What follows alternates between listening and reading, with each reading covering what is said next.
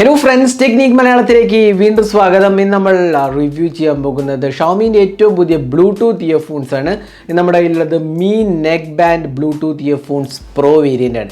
ഇതൊരു പുതിയ ഇയർഫോൺ ആണ്. ആക്ച്വലി ഇന്ത്യയിൽ ഇപ്പോൾ ലോഞ്ച് ചെയ്യണം. ഇതിൻ്റെ പ്രൈസിങ് ഇപ്പോൾ എനിക്കറിയില്ല, അറൗണ്ട് 2000 റുപ്പീസ് ആയിരിക്കും എന്ന് എനിക്ക് തോന്നുന്നു. 2000 രൂപേൻ്റെ അടുത്തായിരിക്കും ഇതിൻ്റെ പ്രൈസിങ് വരുന്നത്. അപ്പോൾ ഇതിൻ്റെ വിശേഷങ്ങളാണ് പറയാൻ പോകുന്നത്. ഇതിനകത്ത് എന്തൊക്കെയാണെന്ന് വെച്ചാൽ പവർഫുൾ ബേസ് ഡ്രൈവറാണ്, up to 20 hours of play ബാക്കും, active noise cancellation and ENC environment noise cancellation, അങ്ങനെ ഡുവൽ നോയ്സ് ക്യാൻസലേഷൻ ഇൻക്ലൂഡ് ചെയ്ത് IPX5 റേറ്റഡ് ആയ ഒരു ബ്ലൂടൂത്ത് നെക്ക് ബാൻഡ് ഇയർഫോണാണ് ഇന്ന് ഷവോമി ലോഞ്ച് ചെയ്തിരിക്കുന്നത്. അപ്പോൾ ഇതിൻ്റെ ഒരു റിവ്യൂ അല്ലെങ്കിൽ ഇതിൻ്റെ ഒരു വിശേഷങ്ങൾ എന്തൊക്കെയാണ്, ഇതിൻ്റെ സൗണ്ട് ക്വാളിറ്റി എന്തൊക്കെയാണ്, എല്ലാം തന്നെ നമ്മൾ ഈ വീഡിയോയിൽ പറയുന്നതാണ്.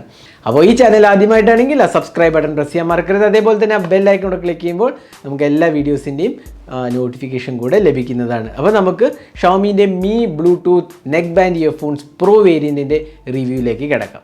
അപ്പോൾ ഇതാണ് ബോക്സ് പാക്കേജ്. അപ്പോൾ നമുക്ക് കാണാം powerful bass driver, up to 20 hours of play back, IPX7 splash and sweat proof. So ഇതൊക്കെയാണ് ബേസിക് ഫംഗ്ഷനാലിറ്റി വരുന്നത്. അപ്പോൾ ഇതിനകത്ത് വരുന്നത് നമുക്ക് ഇയർഫോൺ കിട്ടുന്നുണ്ട്, പിന്നെ 2 അഡീഷണൽ ഇയർ ടിപ്സും കിട്ടുന്നുണ്ട്, പിന്നെ ഒരു മൈക്രോ USB ചാർജിങ് കേബിളാണ്. അതാണ് ഒരു പ്രോബ്ലി ഒരു ഡിസപ്പോയിൻമെൻറ്റ് എന്ന് പറയുന്നത്. മൈക്രോ USB ആണ് ചാർജിങ് വരുന്നത്, USB Type-C അല്ല. പിന്നെ dual noise cancellation ENC and ANC രണ്ടും ഇൻക്ലൂഡഡാണ്. അതായത് ആക്റ്റീവ് നോയ്സ് ക്യാൻസലേഷനും ഇൻക്ലൂഡാണ്. അപ്പോൾ അതിനെക്കുറിച്ച് നമ്മൾ പറയാം. അപ്പോൾ ആദ്യം തന്നെ നമുക്ക് ഇയർഫോൺ ഒന്ന് നോക്കാം. അപ്പോൾ ഇതാണ് me neck band Bluetooth earphones pro എന്ന് പറയുന്നത്. അപ്പോൾ ഇതിനകത്ത് നമുക്ക് കാണാം നല്ല ഒരു ഡിസൈനാണ്. ഇപ്പോൾ നമുക്ക് കണ്ടില്ല, നെക്ക് ബാൻഡിൻ്റെ ഡിസൈൻ കണ്ടെങ്കിൽ കുറച്ചൊരു നല്ലൊരു പ്രീമിയം ലുക്കിംഗ് ആണെന്ന് വേണമെങ്കിൽ പറയാം. കുറച്ചൊരു സ്റ്റൈലിഷ് ലുക്കിംഗ് കൂടിയാണ്. സാധാരണ വരുന്ന വളരെ സ്ലിമ്മായ നെക്ക് ബാൻഡ് അല്ല, ഇത് കുറച്ചൊരു തിക്കർ നെക്ക് ബാൻഡാണ്, പക്ഷേ എങ്കിലും വളരെ ഫ്ലെക്സിബിളായ നെക്ക് ബാൻഡാണ്. അതേപോലെ തന്നെ നമുക്ക് ഇവിടെ ഒരു പാറ്റേൺ കാണാം. ആക്ച്വലി ഈ നെക്ക് ബാൻഡിൽ ഒരു നല്ലൊരു സ്ട്രൈപ്ഡ് പാറ്റേൺ കാണാം. അതേപോലെ തന്നെ ഇവിടെ നമുക്ക് കിട്ടുന്നത് കുറേയും കൂടെ ഒരു മാറ്റ് ഫിനിഷാണ്. അവിടെ നമുക്കൊരു പവർ ബട്ടണിൻ്റെ volume up and down key ഉണ്ട്. ഇതൊരു മൾട്ടി ഫംഗ്ഷൻ ബട്ടൺ കൂടിയാണ്. ഇവിടെയാണ് മൈക്രോഫോൺ കാണാം. നമുക്ക് ഇവിടെ ചാർജിങ് പോർട്ടാണ് വരുന്നത്. ഇത് മൈക്രോ USB ചാർജിങ് പോർട്ടാണ്. പിന്നെ നമുക്ക് ഇവിടെ ബാക്കിൽ നമുക്ക് കാണുന്നത് ഒരു ബട്ടനാണ്. ഇതാണ് ANC എനേബിൾ ചെയ്യാനോ ഡിസേബിൾ ചെയ്യാനോ ഉള്ള ബട്ടനാണ്. അപ്പോൾ ഇത് പ്രസ് ചെയ്യുമ്പോൾ ANC ഓൺ ആവും, ഇത് പ്രസ് ചെയ്യുമ്പോൾ വീണ്ടും പ്രസ് ചെയ്യുമ്പോൾ ഇത് ANC ഓഫ് ആവും. അതേപോലെ തന്നെ ഇവിടെയും നമുക്ക് അതേ ഫിനിഷ് കാണാം, മീൻ്റെ ലോഗോ കാണാം, പക്ഷേ ഇവിടെ ബട്ടൺസ് ഒന്നും തന്നെ ഇല്ല. അപ്പോൾ ഇതാണ് മെയിൻ നെക്ക് ബാൻഡിൻ്റെ ഡിസൈൻ എന്ന് പറയുന്നത്. പിന്നെ നമുക്ക് കിട്ടുന്നത് ഇവിടെ നമുക്ക് വേറെ ഫങ്ഷനാലിറ്റി ഒന്നുമില്ല. ഇവിടെ നമുക്ക് ഒരു മാഗ്നറ്റിക് ലാച്ചുള്ള ഒരു ഇയർ ടിപ്സും കാണാം. പിന്നെ വളരെ കോമ്പാക്റ്റായ ഒരു ഇയർഫോൺസാണ് വരുന്നത്. ഇവിടെ ഇയർ ടിപ്സിൻ്റെ കാര്യത്തിലാണെങ്കിലും വളരെ നല്ലൊരു സിമ്പിൾ മിനിമലിസ്റ്റിക് ഡിസൈനാണ്. ഇവിടെ നമുക്ക് കാണാം ഒരെണ്ണത്തിന് കുറച്ചും കൂടി ഷാർപ്പർ കോണാണ്, ഒരെണ്ണത്തിൽ ഒരു ഉള്ളിലേക്കാണ് കൊടുത്തിരിക്കുന്നത്. അപ്പോൾ നമുക്ക് രണ്ടും കൂടെ കാണുമ്പോൾ ആണല്ലേ, രണ്ടും കൂടെ നല്ല രീതിയിൽ അറ്റാച്ച് ആവുന്ന ഒരു മാഗ്നറ്റിക് മെക്കാനിസമാണ്. അപ്പോൾ ഇതാണ് ഡിസൈനിൻ്റെ കാര്യം പറയുന്നത്. അപ്പോൾ ഡിസൈൻ ഓവറോൾ നോക്കുകയാണെങ്കിൽ നല്ല ഒരു ഡിസൈനാണെന്ന് പറയാം. കുഴപ്പമില്ല, നല്ലൊരു കംഫർട്ട് ഫാക്ടറൊക്കെ കുഴപ്പമില്ല. പിന്നെ ഓവറോൾ ഫിറ്റ് ആൻഡ് ഫിനിഷിൻ്റെ കാര്യം പറയുകയാണെങ്കിലും കുഴപ്പമില്ല. നല്ലൊരു മെറ്റീരിയൽ ഫിനിഷ് ആണെങ്കിൽ വളരെ ഒരു മാറ്റ് ഫിനിഷാണ് കൊടുത്തിരിക്കുന്നത്. ഇവിടെ നമുക്കൊരു ഗ്ലോസി ഫിനിഷ് കാണാം, പിന്നെ ഒരു മാറ്റ് ഫിനിഷും. പിന്നെ ഇയർ ടിപ്സ് ആണെങ്കിൽ ഞാൻ നേരത്തെ പറഞ്ഞ പോലെ ചേഞ്ച് ചെയ്യാൻ നമുക്ക് നമ്മുടെ സൈസിനനുസരിച്ച് ചേഞ്ച് ചെയ്യാവുന്നതാണ്. അപ്പോൾ ഇതാണ് ഡിസൈൻ ആൻഡ് ബിൽഡ് ക്വാളിറ്റി. അപ്പോൾ overall design and build quality എനിക്ക് തോന്നുന്നത് നല്ലതാണ്. ഇനി ഇതിൻ്റെ കംഫർട്ട് ആസ്പെക്റ്റിനെ കുറിച്ച് പറയാം. അപ്പോൾ ഇത് നമുക്കിങ്ങനെ മാഗ്നറ്റിക് ലാച്ച് ഉണ്ട്, പക്ഷേ മാഗ്നറ്റിക് ലാച്ച് കൊണ്ട് പ്ലേയോ പോസോ സ്റ്റോപ്പോ ചെയ്യണോ ആ ഓപ്ഷൻ ഇല്ല ഇതിനകത്തൊരു. മാഗ്നറ്റിക് ലാച്ച് ഇട്ടാലും മ്യൂസിക് പ്ലേ ചെയ്യും, സ്റ്റോപ്പ് ആവത്തില്ല. ഇനി കംഫർട്ട് ആസ്പെക്റ്റിൻ്റെ കാര്യം പറയുകയാണെങ്കിൽ നമ്മൾ ആക്ച്വലി ഇത് longer period of time use ചെയ്തിരുന്നു. അതുകൊണ്ട് നമുക്കൊരു സ്ലാൻഡിങ് ഒരു ബെൻഡ് ഇതാണ്. അപ്പോൾ നല്ലൊരു ഡിസൈനാണ്. പക്ഷേ എനിക്ക് തോന്നിയത് കുറച്ച് നേരം ഒരു 1.5 മണിക്കൂറൊക്കെ കണ്ടിന്യൂസ് യൂസ് ചെയ്യുമ്പോൾ ഈ ഭാഗത്തെ ഈ ഒരു പാറ്റേൺ കണ്ടില്ലേ, അതെൻ്റെ ചെവിയിൽ കുറച്ചൊരു സ്ലൈറ്റ് ഒരു ഇറിറ്റേഷൻ പോലെ ഉണ്ടാക്കുന്നുണ്ടായിരുന്നു. ഫോർ എക്സാമ്പിൾ ഞാൻ ഇവിടെ ഇങ്ങനെ അഡ്ജസ്റ്റ് ചെയ്ത് കൊടുക്കേണ്ടി വന്നു, കാരണം ഇവിടെ ചെറിയൊരു പെയിൻ വരാൻ തുടങ്ങി. ഈ ഭാഗത്തെ ഈ ഒരു പോർഷൻ ആക്ച്വലി കുറച്ചും കൂടെ റൗണ്ടഡ് ആക്കായിരുന്നു എന്ന് എനിക്ക് തോന്നുന്നു. കുറച്ചും കൂടെ ഒരു നല്ല ഡിസൈൻ ആക്കായിരുന്നു എനിക്ക് തോന്നുന്നു. എങ്കിലും ഒരു നോർമൽ യൂസർക്ക് പിന്നെ ഇതെല്ലാം നമ്മുടെ ഇയേഴ്സിൻ്റെ ഡിസൈൻ പോലെ ഇരിക്കും, അതിൻ്റെ ഷേപ്പും അതിൻ്റെ ഓപ്പണിംഗ് പോലെ ഇരിക്കും, അത് മാറിക്കൊണ്ടിരിക്കും. പക്ഷേ ഞാൻ എൻ്റെ ഒരു പേഴ്സണൽ ചോയ്സ് ഒപ്പീനിയനാണ് പറഞ്ഞത്. അപ്പോൾ കുഴപ്പമില്ലാത്തൊരു ഇതാണ്. പിന്നെ ഇതിനകത്ത് ബ്ലൂടൂത്ത് 5.0 ആണ് വരുന്നത്. അതേപോലെ തന്നെ 10mm ബേസ് ഡ്രൈവറാണ് ഇൻക്ലൂഡ് ചെയ്തിരിക്കുന്നത്. IPX7 റേറ്റിംഗ് ആണ് ഇതിനകത്ത് കൊടുത്തിരിക്കുന്നത്. ഞാൻ നേരത്തെ പറഞ്ഞ പോലെ IPX5 ആണ്, X7 അല്ല, IPX5 റേറ്റിംഗ് ആണ് കൊടുത്തിരിക്കുന്നത്. ഇനി ഇതിൻ്റെ കോൾ ക്വാളിറ്റി, ഇപ്പോൾ കോൾസൊക്കെ നമ്മൾ ഇതിൽ എടുത്തായിരുന്നു. അപ്പോൾ നല്ല ക്ലാരിറ്റി ആയിരുന്നു, എനിക്ക് കംപ്ലയിൻസ് ഒന്നും ഉണ്ടായിരുന്നില്ല.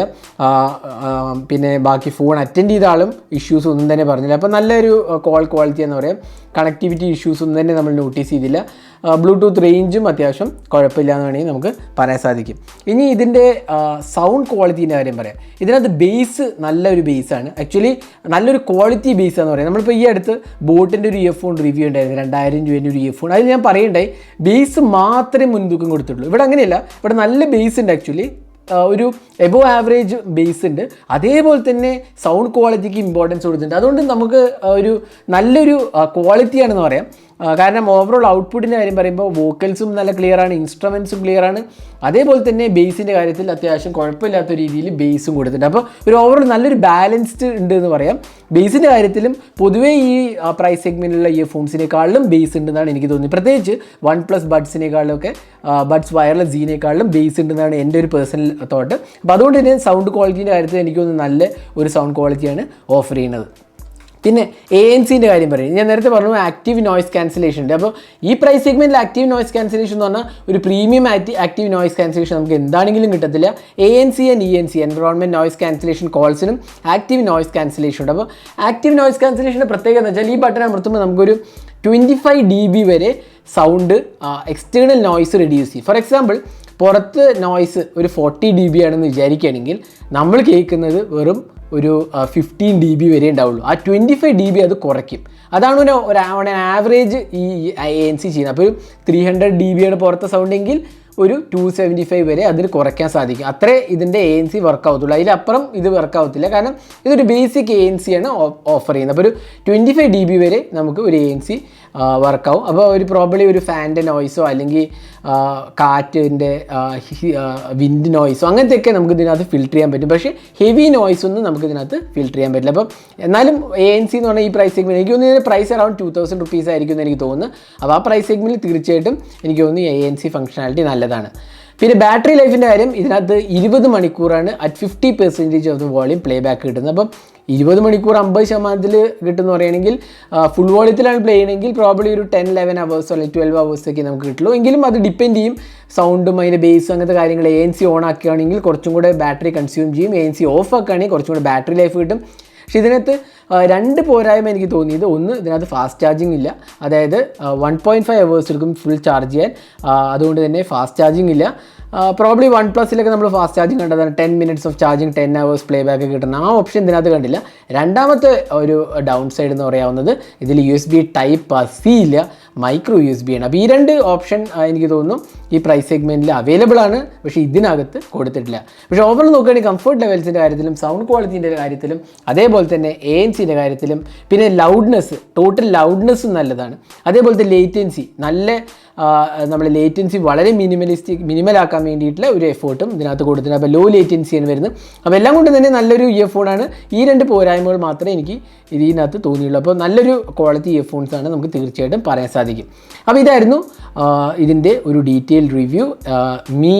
നെക്ബാൻഡ് ബ്ലൂടൂത്ത് ഇയർഫോൺസ് പ്രോ എന്ന് പറയുന്ന വേരിയൻ്റെ ഒരു ഡീറ്റെയിൽ റിവ്യൂ ആണ് നമ്മളിപ്പോൾ കണ്ടത്. അപ്പോൾ ഇത് വാങ്ങാനുള്ള ലിങ്ക് ഞാൻ ഡിസ്ക്രിപ്ഷനിലോ അല്ലെങ്കിൽ കമൻറ്റ് സെക്ഷനിലോ പോസ്റ്റ് ചെയ്യാം. വൺസ് ഇത് ലൈവ് ആകുമ്പോൾ, ഇത് ലൈവ് ആയിക്കുമ്പോൾ നമുക്ക് ആക്ച്വലി പ്രൈസ് അറിയത്തില്ല. പ്രൈസ് അനൗൺസ് ചെയ്യുമ്പോൾ നമ്മൾ കമൻറ്റ് സെക്ഷനിൽ വീണ്ടും അപ്ഡേറ്റ് ചെയ്യുന്നതാണ്. അപ്പോൾ അറൗണ്ട് 2000 rupees ആയിരിക്കും എന്നാണ് എൻ്റെ ഒരു ധാരണ. കാരണം ആ പ്രൈസ് സെഗ്മെൻറ്റിലുള്ള ഒരു ഇയർഫോണാണ് ഇത് പ്രൊവൈഡ് ചെയ്തിരിക്കുന്നത്. അപ്പോൾ ഇതായിരുന്നു നെക്ബാൻഡ് ബ്ലൂടൂത്ത് ഇയർഫോൺസ് പ്രോൻ്റെ ഒരു ഡീറ്റെയിൽ റിവ്യൂ. ഈ വീഡിയോ നിങ്ങൾക്ക് ഇഷ്ടപ്പെടുന്നതായിരിക്കും. കൂടുതൽ വീഡിയോസിനായി ചാനൽ സബ്സ്ക്രൈബ് ചെയ്യാൻ മറക്കരുത്. സബ്സ്ക്രൈബ് ചെയ്യുന്നതോടൊപ്പം തന്നെ ബെൽ ഐക്കണോട് ക്ലിക്ക് ചെയ്യുമ്പോൾ നിങ്ങൾക്ക് എല്ലാ വീഡിയോസിൻ്റെയും നോട്ടിഫിക്കേഷൻ കൂടെ ലഭിക്കുന്നതാണ്. അപ്പോൾ thanks for watching. Hope to see in our next video. Have a great day.